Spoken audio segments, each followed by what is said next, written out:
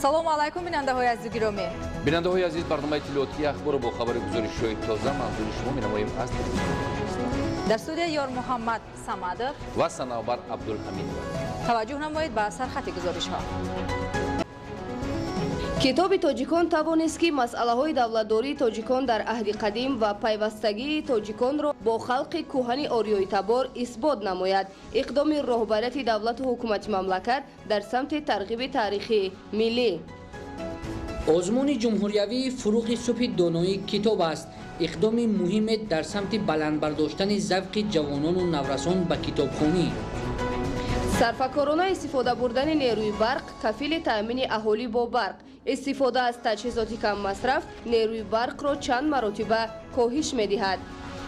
беаҳамиятӣ метавонад ба хуруҷи бемории сироятии COVID-19 боис гардад.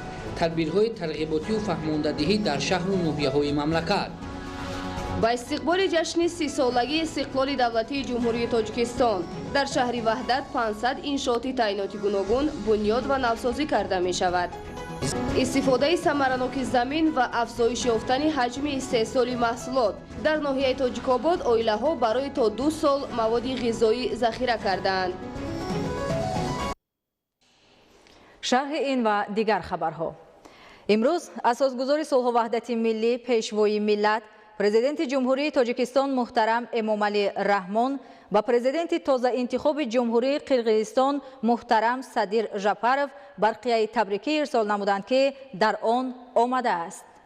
муҳтарам Садир Нургажаевич, шуморо ба муносибати пирӯзиятон дар интихоботи президенти ҷумҳурии Қирғизистон табрик мегӯям. натиҷаҳои ибрози райи мардуми Қирғизистон далели ҷонибдории васеи ҷомеа аз роҳи интихоб кардаи шумо мебошад, ки ба таҳкими суботу ризоят дар кишвар ва рушди устувору шукуфои он нигаронида шудааст. мардумони Тоҷикистон ва Қирғизистонро анъанаҳои чандин асраи робитаҳои дӯстӣ, ҳусни ҳамҷаворӣ ва эҳтироми якдигар ба ҳам мепайванданд. бо таъкиди алоқамандии ин ҷониб ба нигоҳдориву афзунгардонидани мероси таърихии созандаи муносибатҳои мардумони мо ҷиҳати ба сатҳи сифатан нав баровардани тамоми маҷмӯи ҳамкориҳои Тоҷикистону Қирғизистон ба саъю талошҳои пайгиронаи муштаракамон умед мебандам. бо истифода аз фурсати муносиб ба шумо муҳтарам Садир Нургажаевич сиҳатмандии комил ва дар фаъолияти сермасъули давлатиятон ба ҳайси президенти ҷумҳурии Қирғизистон комёбиҳо ба мардуми бародари Қирғизистон сулҳу субот ва пешрафти беш аз пеш орзумандам. олим таърихшиноси тоҷик академик Бобоҷон Ғафуров дар натиҷаи пажӯҳишу тадқиқоти чандинсола ва бо далелҳои илмӣ дар шоҳасари тоҷикон исбот намудааст, ки тоҷикон қадимтарин халқи маскуни Осиёи Миёна ба шумор рафта соҳиби таъриху тамаддуни оламшумул мебошанд. маҳз ба хотири огоҳии бештари аҳолии мамлакат аз таъриху тамаддуни бисёр ҳазорсолаи давлату миллат бо дастури пешвои миллат президенти ҷумҳурии Тоҷикистон муҳтарам Эмомалӣ Раҳмон китоби тоҷикони Бобоҷон Ғафуровро аз ҳисоби фонди президенти ҷумҳурии Тоҷикистон дар шакли нав чоп карда то ҷашни 30-солагии истиқлоли давлатӣ ба ҳар як оилаи тоҷик дастрас карда мешавад. дар ин хусус Нуриддини Қурбон гузориш омода кардааст. таҳмина Гиёева донишҷӯи соли 4-уми донишкадаи давлатии забонҳои Тоҷикистон ба номи Сотим Улуғзода изҳор медорад, ки ӯ китоби тозанашри тоҷикони Бобоҷон Ғафуровро ба даст гирифта мутолиа менамояд. Номбурда мутмаин аст, ки баъди пурра хондани асари мондагори академик Бобоҷон Ғафуров оид ба таърих, ташаккули давлатдорӣ ва ҳастии халқи тоҷик маълумоти муфассали боэътимод пайдо мекунад. ман китоби тоҷиконро ба даст гирифтам ва айни ҳол мутолиа карда истодам. дар баробари мутолиа карданам ман аз таърихи пурарзиши хеш огаҳӣ пайдо намуда истодам. дар китоби тоҷикони Бобоҷон Ғафуров чунин омадааст, ки халқи тоҷик тӯли ҳазорсолаҳо бо шарофати шахсиятҳои муборизу ҷасур ватандӯсту меҳанпарвар донишманд ва бо нангу номус тавонистааст, ки ба ганҷинаи таърих ва тамаддуни тамаддуни башар саҳми арзандае гузорад. аллома бобоҷон ғафуров дар асари безаволи худ китоби тоҷикон бешак ба таҳқиқи ҳамаҷонибаи тамоми масъалаҳои таърихи халқи тоҷик кӯшиш намуда бо далелҳои мӯътамади илмӣ ҳастӣ ва дар осиёи миёна бумӣ будани халқи тоҷикро исбот кардааст. муаллиф ҷараёни пайдоиши қавму нажодҳоро низ ба риштаи омӯзиш ва таҳқиқ кашида барои нишон додани роҳи ташаккул ва давлатсозии халқи тоҷик корҳои илмии зиёдро анҷом додааст. асосгузори сулҳу ваҳдати миллӣ, пешвои миллат, президенти ҷумҳурии Тоҷикистон муҳтарам Эмомалӣ Раҳмон як иқдоми маънавиеро рӯи даст гирифтанд, ки барои насли наврас ва барои ҳар як оила то ҷашни 30-солагии истиқлоли давлатии ҷумҳурии Тоҷикистон чопи нави китоби тоҷикони Бобоҷон Ғафуров ҳамчун тӯҳфа тақдим карда шавад. ҳар як фард бояд китоби тоҷикони Бобоҷон Ғафуровро мутолиа кунад. дар баробари мутолиа кардан бояд омӯзиши таърихи халқи азизашро ҳамчун вазифаи муқаддаси худ донад. аз гузаштаи пуршебу фарози он сабр гирад ва бо корнамоиҳои фарзандони мардуми боҳиматаш шинос шуда онҳоро дар ҳофизаи таърихаш ҷой диҳад. бо ташаббуси бевоситаи пешвои миллат президенти ҷумҳурии Тоҷикистон муҳтарам Эмомалӣ Раҳмон то ҷашни 30-солагии истиқлоли давлатии ҷумҳурии Тоҷикистон нашр ва ба ҳар як оилаи тоҷик дастрас намудани китоби пурарзиши тоҷикони Бобоҷон Ғафуров имконият фароҳам меорад, ки ҳамагон ин асари бунёдиро хонда аз таърихи гузаштаи пурифтихор ва ибратбахши халқи худ ба таври васеъ огаҳ шаванд. бояд таъкид намуд, ки дастрас гардидани чопи нави китоби тоҷикон ба дасти ҳар як хонаводаи худогоҳи тоҷик мояи ифтихор ва худшиносии миллӣ буда мавриди омӯзиш ва мутолиа қарор дода шуда зани маърифат барои шиносоӣ бо таърихи пурифтихори миллати хеш хизмат менамояд. Нуриддини Қурбон, Меҳрӯзи ҷумъа, Убайдуллои Сайвалӣ барои барномаи ахбор. дар доираи таҷлили сазовор аз ҷашни 30-солагии истиқлоли давлатии ҷумҳурии Тоҷикистон тӯҳфаи арзишманди президенти ҷумҳурии Тоҷикистон муҳтарам Эмомалӣ Раҳмон шоҳасари безаволи академик Бобоҷон Ғафуров Тоҷикон, ки дар шакли нав бо сифати аъло чоп гардидааст, ба сокинони ҷамоатҳои деҳоти ноҳияи Рошқалъаи вилояти мухтори кӯҳистони Бадахшон дастрас карда шуд. гузориш аз ноҳияи Рошқалъа. бо дар назардошти дастрасӣ ба таърихи пурғановати мардуми тоҷик аз ҷониби пешвои муаззами миллат муҳтарам Эмомалӣ Раҳмон китоби қаҳрамони миллат Бобоҷон Ғафуров Тоҷикон ба ҳар оилаи тоҷик ҳамчун армоғон дастрас карда шуд. ин китоб таърихи пурғановати мардуми тоҷикро дар масири қарнҳо бозгӯ гардида имрӯз насли ояндасоз аз он маншаи воқеӣ мегирад. ҷамоати деҳоти Гадолиев Карбоншо яке аз ҷамоатҳои калонтарини ноҳияи Рошқалъа ба ҳисоб меравад ва хушбахтона имрӯз ҷамоати деҳоти Гадолиев Карбоншо 1062 хоҷагӣ доранд ва хушбахтона имрӯз бо дастгирии асосгузори соли ваҳдати миллӣ пешвои миллат муҳтарам Эмомалӣ Раҳмон яке аз тӯҳфаҳои гаронбаҳое ки барои ҷомеаи ҷавонӣ барои ҷомеаи Тоҷикистон аст имрӯз сокинони ҷамоати деҳоти Гадолиев Карбоншо ин тӯҳфаи гаронбаҳоро дастрас менамоянд. мутобиқи маълумотҳои оморӣ тақсимоти китоби муқаддас барои мардуми тоҷикон дар ноҳияи Рошқалъа дар ду маврид сурат гирифта. қаблан бошандагони ҷамоатҳои деҳоти Барвоз, Мирсаид Миршакар ва маркази ноҳия аз ин неъмати бебаҳо бархурдор гардиданд. ростӣ ин китобест ки дар даст дорам, китоби гаронбаҳоист ки дар он дар бораи таърих, маданияти халқи тоҷик сухан рафтааст. ва имрӯз ки ин тӯҳфаи гаронбаҳоро сарвари кишвар ҷаноби олӣ ба тамоми мардуми Тоҷикистон тӯҳфа намудааст, изҳори миннатдорӣ мекунам. ҳар як халқ, хусусан халқи тоҷик бояд аз маданият, таърихи худ огоҳ бошад. зеро дар даврони ҷавоншавӣ мо бояд тоҷикон аз таъриху маданияти худ бохабар бошем. дастрасӣ ба тӯҳфаи пурарзиши асосгузори сулҳу ваҳдати миллӣ пешвои миллат президенти ҷумҳурии Тоҷикистон муҳтарам Эмомалӣ Раҳмон имкон мебахшад то мардуми тоҷик аз таърихи пурғановати ниёгон бархурдор гарданд. ман ҳамчун намояндаи насли ҷавон ба асосгузори сулҳу ваҳдат пешвои миллат президенти ҷумҳурии Тоҷикистон миннатдории хешро аз номи тамоми ҷавонони ноҳияи Рошқалъа иброз менамоям, чунин ки амин тӯҳфаро барои мо, амин китоби муқаддасро барои мо тақдим намудам. имрӯзҳо бо дастрасӣ ба ин تحفه گرانبهای پیشوای معظم ملت محترم امامعلی رحمان صحبت و ملاقات‌ها بابت تاریخ سرنوشت این ملت صلح آفرین صورت گرفته. همگان بر آن عقیده‌اند که کتاب پرارزش تاجیکان همچون تحفه پرغناوت بهر خودشناسی ملی خدمت ارزشمند می‌گذارد. آزمون جمهوریوی فروغ صبح دانایی کتاب است که با ابتکار و طبق امر پرزیدنت جمهوری تاجیکستان بخشیده به 30 سالگی استقلال دولتی جمهوری تاجیکستان دایر گردید به بلند برداشتن ذوق کتابخوانی در بین مردم، غنی گردانیدن ذخیره لغوی آنها، تقویت حافظه فرهنگی، دریافت چهره‌های نو سخنور و سخندان مساعدت می‌نماید که از هدف‌های اساسی برگزاری این آزمون جمهوریوی به شمار می‌رود. در زمان معاصر که جهانی شوی به فرهنگ و تمدن تمام خلقیت و ملت‌ها تأثیر می‌رساند، برگزاری آزمون جمهوریوی فروغ صبح دانایی کتاب است از جانب اهل جامعه اقدامی مهم و سریع ارزیابی می‌گردد. محمد علی سفر گزارش می‌دهد. در دوره برگزاری آزمون جمهوریوی فروغ صبح دانایی کتاب است طی 2 سال اخیر توجه به کتابخوانی بیش از هر وقت دیگر زیاد می‌گردد. آزمون مذکور میل و رغبت قشرهای گوناگون جامعه را نوابسته از سن و سال به کتاب افزون نمود و با دست دادن امکانات مساعد خرد و بزرگ به از خود نمودن پارچه‌های نظم و نثر و آثار بی‌زوال ادیبان معاصر کلاسیک و سطح جهانی پرداختند.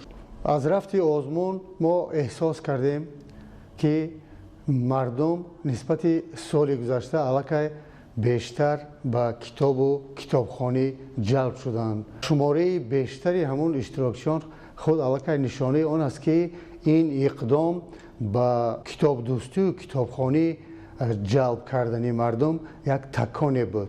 مردم ما که خود از ازل کتاب دوست و کتابخوان هست و این اقدام امکانات فراهم آورد که آنها همون خصلت ازلی خود را بار دیگر ثابت سازند.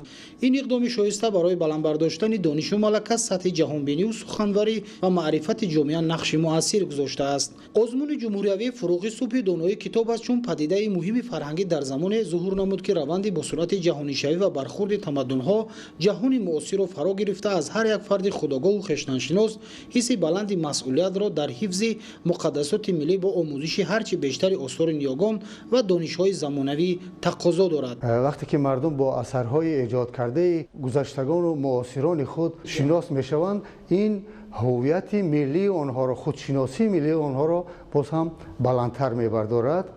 با فعالیت شروع نمودن ده‌ها کتابخانه‌ها در سطح شهرک و دهات کشور نیز برای جلب توجه بیشتر اهل جامعه به کتاب و در این زمینه شرکت فعالانه آنها در آزمون جمهوریوی فروغ صبح دانایی کتاب است مساعدت کرده است. طی 2 سال برگزاری آزمون جمهوریوی فروغ صبح دانایی کتاب است چندین استعدادهای جوان و نورس از خود درک دادند که آنها آینده در پیشرفت و شفای مملکت سهم فعال خواهند گذاشت.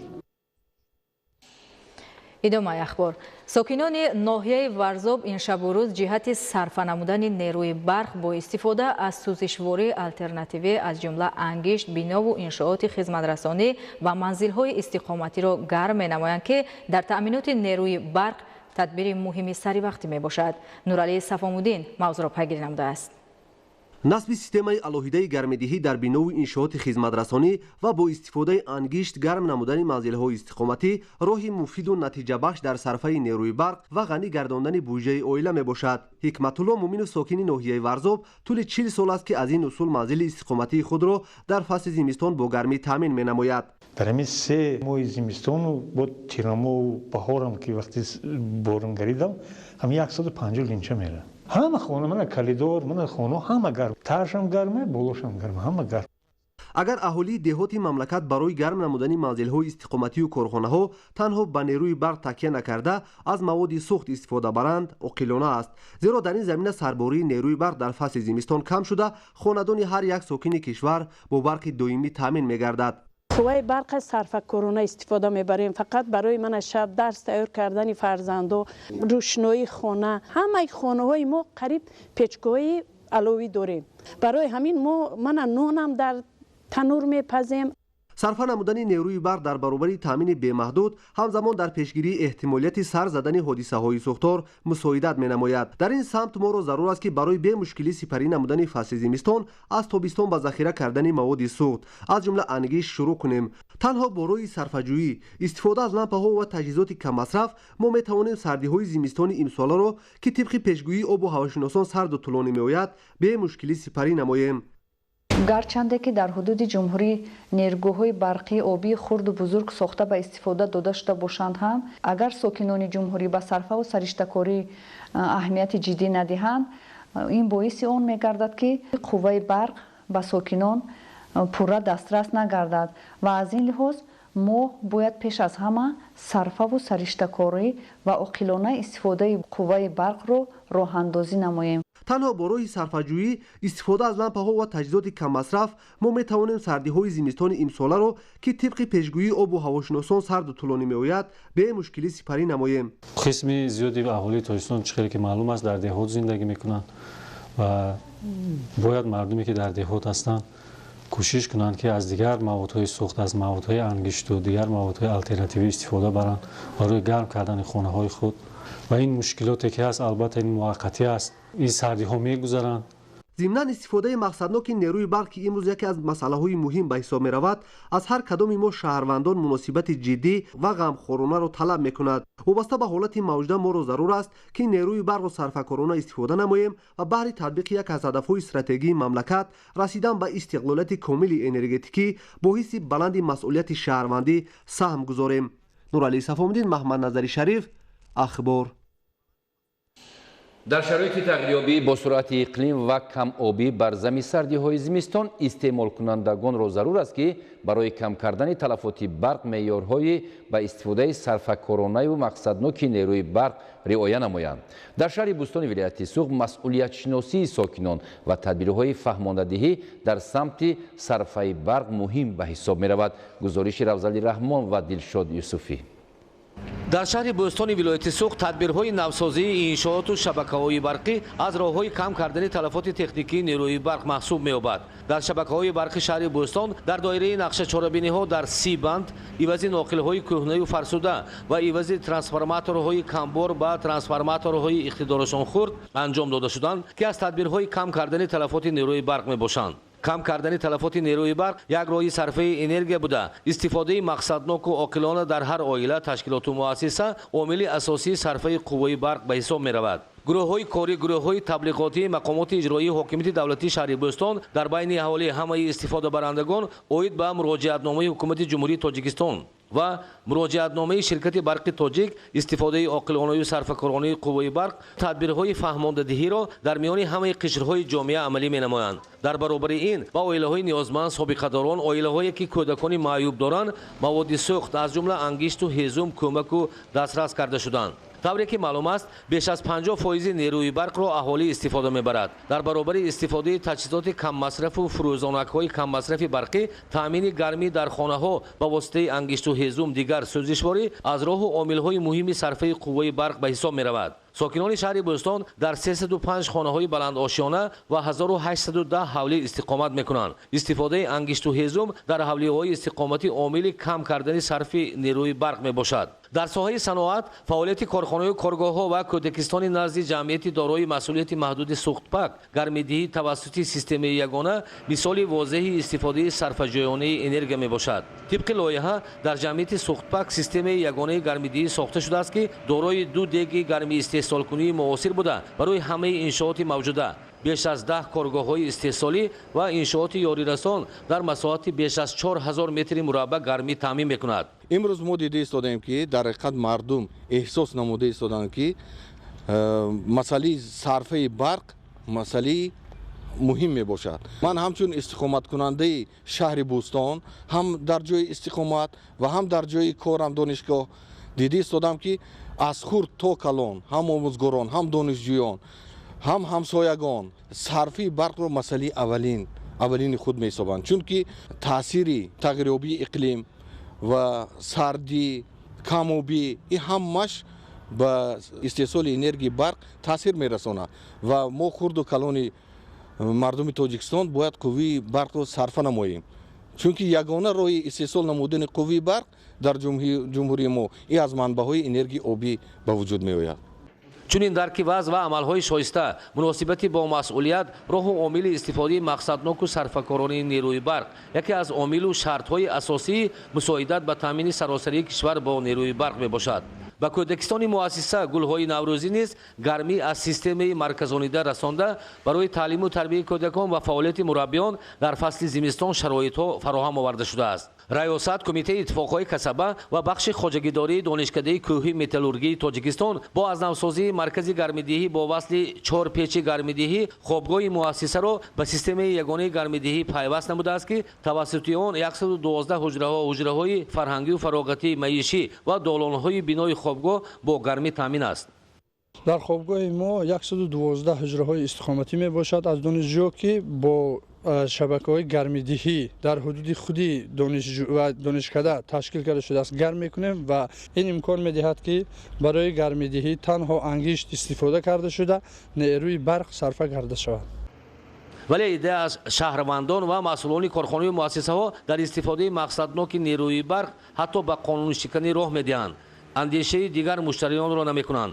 гурӯҳи кории назди мақомоти иҷроии ҳокимияти давлатии шаҳри Бӯстон дар давоми моҳи декабр дар 14 ҳолат ба ҳаҷми беш аз 200 000 киловатт-соат истифодаи ғайримақсадноки нерӯи барқро ошкор намудааст. Равзали Раҳмон, Дилшод Юсуфӣ, вилояти Суғд, барои барномаи ахбор.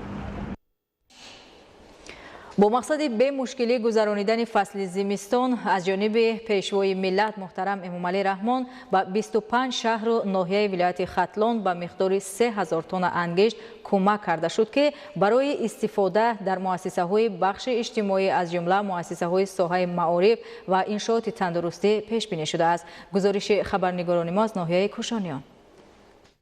дар идомаи тадбирҳои инсонпарваронаи асосгузори сулҳу ваҳдати миллӣ пешвои миллат президенти ҷумҳурии тоҷикистон муҳтарам Эмомалӣ Раҳмон барои сипарӣ кардани сардиҳои зимистон ба шаҳру ноҳияҳои вилояти Хатлон 3000 тонна ангишти сифатнок ройгон фиристода шуд. мақомоти иҷроияи ҳокимияти давлатии вилояти Хатлон ба 25 шаҳру ноҳияи вилоят аз номи ҳукумати ҷумҳурии тоҷикистон дастрас намуданд. қабл аз ҳама маводи сӯзишворӣ ба иншооти мактабу маориф ва бахши тандурустӣ таъмин карда шуд.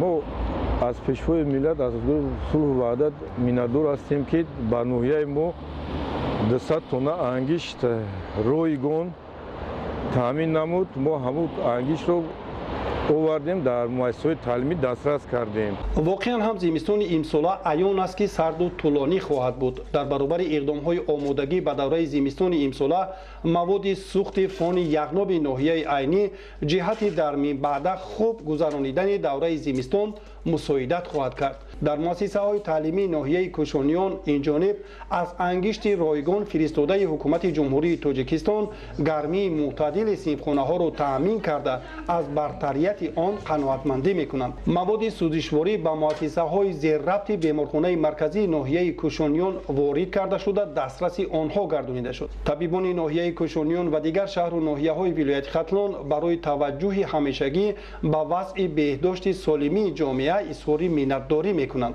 25 тонна ангишсангро мо 5 тонна ба беморхонаи рақами 1 ҷамоати бохтариён ва 5 тонна дига ба беморхонаи рақами 2 заргар ва 2.5 тоннаи ба 4 беморхонаи минтақавии ноҳияи Кӯшониён тақсим кардем.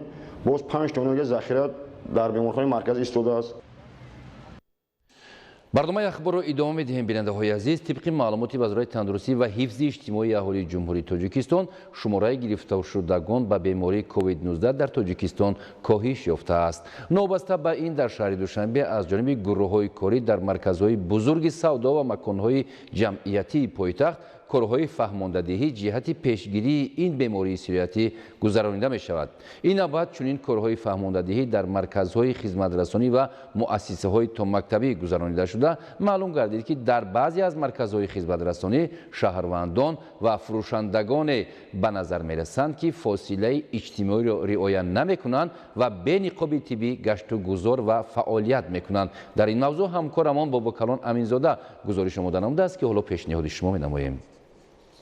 дар самти огоҳидани аҳолӣ аз хатари бемории COVID-19 ва ягона роҳи пешгирӣ аз паншави ин беморӣ яъне риояи қоидаҳои гигиени шахсӣ ба ҷамъиятӣ зарур аст. Бо ин мақсад имрӯз аз ҷониби гурӯҳи корӣ дар ноҳияи синнии шаҳри Душанбе дар ҷамъияти дораи масъулияташ маҳдуди Сафариён ва ҷамъияти дораи масъулияташ маҳдуди бозори Балеҷевон ва муассисаи томактабӣ корҳои таблиғотиву ташвиқотӣ гузаронида шуд. Мутахассисон таваҷҷӯҳи сокинон ва масъулинро ба риояи ҳатмии гигиени шахсӣ ва истифодаи дурусти ниқоби муҳофизатӣ ҷалб намуданд.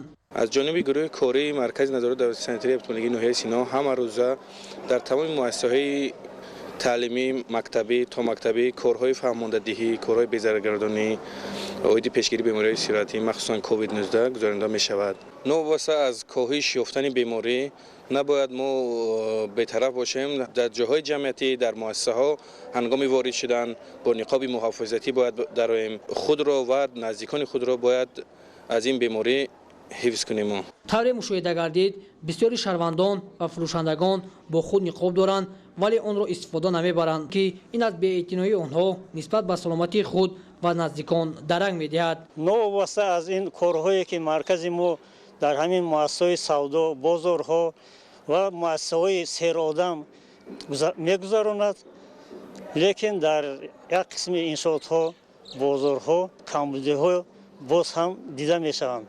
аз ҷумла дар бозорҳо шаҳрвандон ва як қисми фурӯшандагон низ талаботҳои беҳдоштиро аз он ҷумла пӯшидани ниқоб, риояи фосилаи иҷтимоиро пурра риоя наменамоянд. барои пешгирии ҳамин беморӣ мо аз шаҳрвандон хоҳиш менамоем ки ҳамаи он талаботҳои беҳдоштию пешгирикунандаро ҳам дар ҷои кор, ҳам дар ҷойҳои ҷамъиятӣ ва ҳам дар хона риоя намоянд. сокинонро зарур аст ҷиҳати пешгирӣ аз паншавии бемории COVID-19 дар мамлакат аз тавсияи мутахассисони тиб истифода намуда худ ва наздиконро аз ҳар гуна бемории сироятӣ эмин нигоҳ доранд. Бобокон Ламизода, Ҳафизуллоҳи Саъдулло, Воҷидаи Сайвалӣ, Ахбор. бо мақсади пешгирӣ аз бемории сироятии коронавирус COVID-19 сокинони мамлакатро зарур аст ки аз муҳофизати пайваста истифода бурда қоидаҳои гигиенаи шахсию ҷамъиятӣ ва фосилаи иҷтимоиро ҳатмӣ риоя намоянд, зеро беаҳамиятӣ метавонад ба паҳншавии бештари бемориҳои сироятӣ сабаб гардад. дар шаҳру ноҳияҳои вилояти Хатлон дар ин замина тадбирҳои тарғиботию фаҳмондадиҳӣ гузаронида мешавад. гузориш дар ин хусус. саломатӣ барои ҳар як инсон гавҳари ноёбест ки ба он на як рӯз балки тамоми рӯзҳои солро бояд бахшид, зеро ҳар як нафар метавонад кафили саломатии хеш бошад, махсусан дар шароити имрӯзае ки аҳолии сайёраро раванди гирифторшавии мавҷи дуюми коронавируси нави COVID-19 сахт нигарон кардааст. дар ин самт мебояд сокинон риояи ҳатмии гигиенаи шахсиро дар мадди аввал гузоранд. мо бояд хотирҷам набошем ва аз шаҳрвандони гиромӣ хоҳиш менамоем ки тавсияи духтуронро пурра риоя намоянд, аз ҷумла шустани дастон бо собун, безараргардонӣ, гигиенаи ҷамъиятӣ, яъне ки роҳ надодан ба партофтани партовҳо дар ҷойҳои номуайян, сари вақт рӯбучуни хона иваз кардани ҳавои ҷойҳое ки мо мешинем ва дигар тараф ин риояи фосилаи иҷтимоӣ ва пӯшидани ниқоб. аз ин рӯ ҳар яки моро зарур аст ки баҳри пешгирӣ ва паҳншавии бемориҳои сироятӣ вобаста ба тавсияи табибон қоидаҳои аввалини тиббию санитариро риоя намоем. дар ҳақиқат ҳеҷ кас намедонад ки кадом ниёзманд дорандаи кадом микроорганизмҳо мебошад ва ин қоидаҳои стандартии эҳтиёткорӣ дар бар мегирад масалан шустани дастон. баҳри пешгирии ин бемориҳои сироятӣ ва аз он ҷумла коронавирусҳо ҳар як шахс бояд қоидаи шустани дастонро риоя намояд, яъне ки тез тез дастонро бо собун ё ин ки собунҳои моегӣ шустан лозим аст. мавриди зикр аст ки табибону мутахассисони соҳаи тандурустии вилоят бо мақсади пурзур намудани пешгирии хавфи бемориҳои сироятӣ ва таъмини ҳифзи саломатии сокинон дар соли сипарӣ гардида як қатор чорабиниҳои оммафаҳмониву безараргардониро ба роҳ монданд ки ба ин восита каме ҳам бошад дар коҳиш ёфтани сатҳи беморӣ дар вилояти Хатлон тавонистанд саҳмгузор бошанд. мутахассисони соҳаи тиб тавсия медиҳанд ки роҳи аз ҳама осон пешгирӣ аз бемориҳои сироятӣ мунтазам шустани даст дури ҷустан аз издиҳоми одамон ба реҷаи муайяни ғизову тозагии муҳит риоя кардан аст. Беморхонаи вилоятии клиникӣ ба номи Бури Воҳидови шаҳри Бохтар ки яке аз калонтарин муассисаҳои тандурустии вилоят маҳсуб меёбад ва ҳамарӯза ба ин беморхона шумораи зиёди сокинон муроҷиат менамоянд, масъулин бо мақсади қоидаҳои беҳдоштӣ тамоми шароитҳоро фароҳам оварда дар ҳар як даромадгоҳи шуъбаҳои беморхона шахсони масъул вобаста гардида ба воситаи маводҳои антисептикӣ шахсони воридгардидаро безарар мегардонанд. Калимаи гигиена чист? Ин сиҳатӣ, ин як илми тиб аст ки таъсири факторҳои муҳити атрофро бо организми одам мефаҳмонад. вобаста аз ин мо фарқ мекунем таъсири факторҳои биологӣ ки ба ин паразитҳо, вирусҳо ва ғайраҳо дохил мешавад. Ба ғайр аз ин аст таъсири меҳнат ба организми одам, таъсири климат, мисол муҳити атроф, обу ҳаво. Бинобар сабабе ки вирус бо роҳҳои қатрагӣ мегузарад, мо имрӯз ба мардум ин корҳоро мефаҳмонем ки гигиенаи шахсиро риоя кунанд. Духтури ҳар як шахс аввалин дараҷа худи он аст ки бояд аз ин ниқобҳои муҳофизатӣ истифода баранд. Беаҳамиятии онҳо метавонад ки ҷомеаро носолим созад, на балки худ, балки дар оилаи хеш ва он падар ва бобое ки дар он ҷо нишастанд паҳн мешавад. Ҳар як шаҳрванд бояд пеш аз ҳама фикри оила ва фикри пайвандони хешро кунанд. боиси нигаронист ки бо мӯътадил гардидани вазъи сироятёбӣ ба бемории коронавируси нави COVID-19 сокинон аллакай нисбати хавфи ин беморӣ беэътиноӣ зоҳир карда ба оддитарин қоидаҳои беҳдоштӣ риоя намекунанд, махсусан дар ҷойҳои серодам ки паҳншавии бемориҳои гуногун маҳсуб меёбад бе истифода аз ниқобҳои муҳофизатӣ гаштугузор менамоянд. Худойдоди Раҷаб, Искандари Саид, вилояти Хатлон, барои барномаи ахбор. бинандаҳои гиромӣ, барномаи ахборро идома медиҳем. Дар шаҳри Ваҳдат тибқи нақшаи бунёдкорӣ бахшида ба ҷашни 30-солагии истиқлоли давлатии ҷумҳурии Тоҷикистон 500 иншооти таъиноти гуногун бунёд ва навсозӣ карда мешавад. То имрӯз дар ҷамоати деҳоти Гулистон 114 иншоот аз тарафи соҳибкорон ва дастгирии аҳолӣ бунёд ёфт. гузориши Маҳмадалӣ Абдукарим аз шаҳри Ваҳдат. иншооти нави бунёд гардида ки дорои мағоза ва чанд нуқтаи дигари хизматрасонӣ мебошад, тибқи лоиҳа дар муддати кӯтоҳ ва бо сифати аъло сохта шуда, пас аз ба фаъолият оғоз намудан зиёда аз 10 сокини маҳаллӣ бо ҷойи кори доимӣ таъмин мегарданд. дар маркази ҷамоати деҳоти Гулистон бинои дуқабатаи солҳои сол аз фаъолият монда аз нав барқарор карда шуда, ҳамчун иншооти муҳташаму зебо аз нав қомат афрохт. акнун дар ин маркази нави хизматрасонӣ дар баробари ба фаъолият оғоз намудан чанд маҳфилҳои ҳунаромӯзӣ бештари наврасону ҷавонон ва занону духтарони бешуғл соҳиби ихтисос ва ҳунарҳои гуногун мегарданд. дар доираи иншоотҳои ҷашнӣ сохташаванда бахшида ба 30-солагии истиқлолияти давлатии ҷумҳурии Тоҷикистон дар ҷамоати деҳоти Гулистони шаҳри Ваҳдат бо банақшагирии инфрасохтори деҳот айни замон 5 бунгоҳи тиббӣ, 10 синфхонаи нави таълимӣ, 8 варзишгоҳи замонавӣ ва коргоҳҳои хурди коркарди чӯб ва корхонаи хурди истеҳсоли орд бунёд гардида дар хизмати сокинон қарор доранд. сокинони ҷамоати деҳоти Гулистони шаҳри Ваҳдат дастуру ҳидоятҳои созандаи асосгузори сулҳу ваҳдати миллӣ, пешвои миллат, президенти ҷумҳурии Тоҷикистон муҳтарам Эмомалӣ Раҳмонро ҷиҳати фароҳам овардани шароити арзанда ва бо мақсади боз ҳам беҳтар намудани вазъи иҷтимоии сокинон хуб пазируфта баҳри ободии диёр ҳамарӯза саҳмгузорӣ менамоянд. Маҳмадалӣ Абдукарим, Шукруллои Нурулло, Ваҳдат, Ахбор. дар бермонхонау марказҳои саломатии ноҳияи Спитамини вилояти Суғ бо таъмиру навсозии биноҳои муассисаҳои тиббӣ ва воридоти таҷҳизот, шароит ва хизматрасонии тиббӣ ба аҳолӣ сол аз сол баланд бардошта мешавад. соли 2020 барои таъмини беморхонау марказҳои саломатии ноҳия якчанд таҷҳизоти нави тиббӣ ворид карда шуд. гузориши Маҳмуд Аҳмадзода ва Илёси Бобоҷон. дар шаҳрак ва 6 ҷамоати деҳоти ноҳияи Спитамин барои ташхису табобат, пешгирии бемориҳо, баҳри солимии аҳолӣ, беморхонаи марказӣ, 2 маркази саломатӣ, 8 бунгоҳи тиббӣ ва 9 хонаҳои саломатии деҳот фаъолият доранд ки бунгоҳҳои тиббӣ дар деҳот баҳри расонидани хизмати саривақтии тиббию осон намудани мушкилии аҳолӣ асосан дар даврони соҳибистиқлолии кишвар бунёд гардида дорои имкониятҳои ташхису табобат мебошанд. беморхонаи марказии ноҳия ки дорои 370 кати беморӣ аст, аз муассисаҳои калону табобатии ҳудуди ноҳия ба ҳисоб меравад ки дар ин ҷо вобаста ба муроҷиати беморон муоину ташхис гузаронинда дар ҳолати зарурат беморонро дар шароити меъёрӣ бистарӣ менамоянд. беморхонаи марказии ноҳия таҷҳизотҳои нав ба нав ворид мегарданд ки ин ҳам бошад дастгоҳҳои нафасдиҳӣ, дастгоҳҳои назорат кардани ҳолати фишор ва ҳолати набзи дили бемор, дастгоҳҳои ӯзӣ, ултрасадоҳои замонавӣ ва дигар асбобу дастгоҳҳое ки барои муоинаи беморон ва муолиҷаи онҳо мусоидат мекунад ворид гашта истоданд. бо таваҷҷӯҳ ба соҳаи тиб маркази саломатии рақами 2 ноҳияи Спитамин аз таъмири ҷорӣ бароварда шуда таҷҳизоти нав ворид гардид. муносибати хуби пизишкон ба аҳолӣ барои барқарорсозии саломатӣ ҳолати равонии онҳо кӯмак менамояд.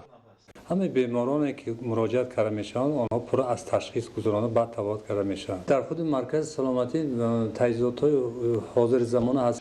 бо пайдоиши бемории сироятии коронавирус COVID-19 барои табобату пешгирии беморӣ ва дигар бемориҳо фаъолияти табибони марказҳои саломатӣ тақвият бахшида шуд.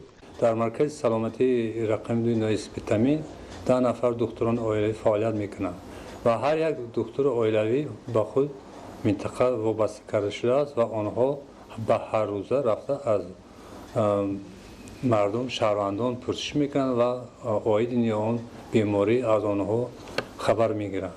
маҳмуд аҳмадзода, Илёси Бобоҷон, ноҳияи Спитамин барои барномаи ахбор.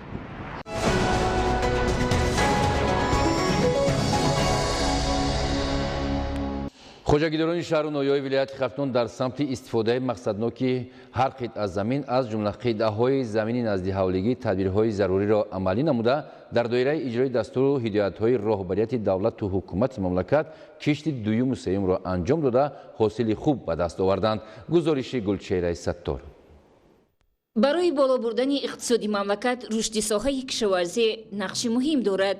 ин аст ки хоҷагидорон ҳар қитъа заминро самаранок истифода бурда талош менамоянд ки ҳосили баланди маҳсулоти кишоварзӣ ба даст оварда дар баробари беҳсохтани сатҳи зиндагии худ ҳамчунин дар ғанӣ гардидани бозору қонеъ сохтани талаботи аҳолӣ саҳм гузоранд. хоҷагидорони шаҳру ноҳияҳои вилояти Хатлон низ дар ин самт тадбирҳои заруриро амалӣ намуда дар доираи иҷрои дастуру ҳидоятҳои роҳбарияти давлату ҳукумати мамлакат аз парвариши полизиҳо ки дар марҳилаҳои гуногун кишт менамоянд ҳосили баланд ба даст оварда ҳам барои зимистон маҳсулотро захира намудаву дар ин баробар фоидаи соф низ гирифта метавонанд.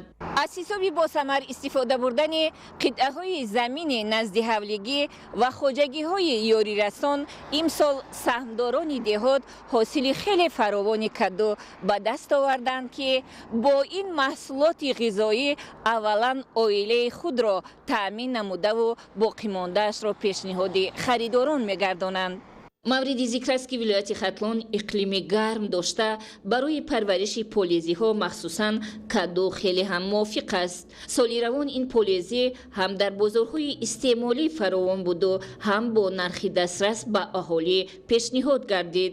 солҳои пешин каду як маҳсулоти мавсимӣ буд ва ба пуррагӣ намерасид. ҳоло бошад дар қариб ки ҳамаи минтақаҳои ҷумҳурии Тоҷикистон васеъ паҳн шудааст. дар минтақаҳои водигӣ бошад агар асосан кадуи ошкаду мегӯянд, палавкаду мегӯянд, салакаду ҳаст ва дар минтақаҳои назди кӯҳӣ бошад агар дар он ҷойҳо намуду навъҳои маҳаллӣ кадуе ки нисбатан давраи нишонамои кӯтоҳ дорад парвариш карда мешавад.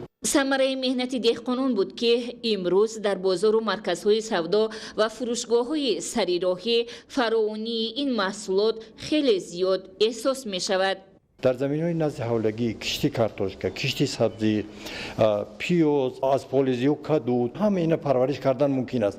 ана акнун вақте ки мебинем таносуби коре ки дар заминҳои назди ҳавлигӣ карда мешавад ба чӣ оварда мерасонад?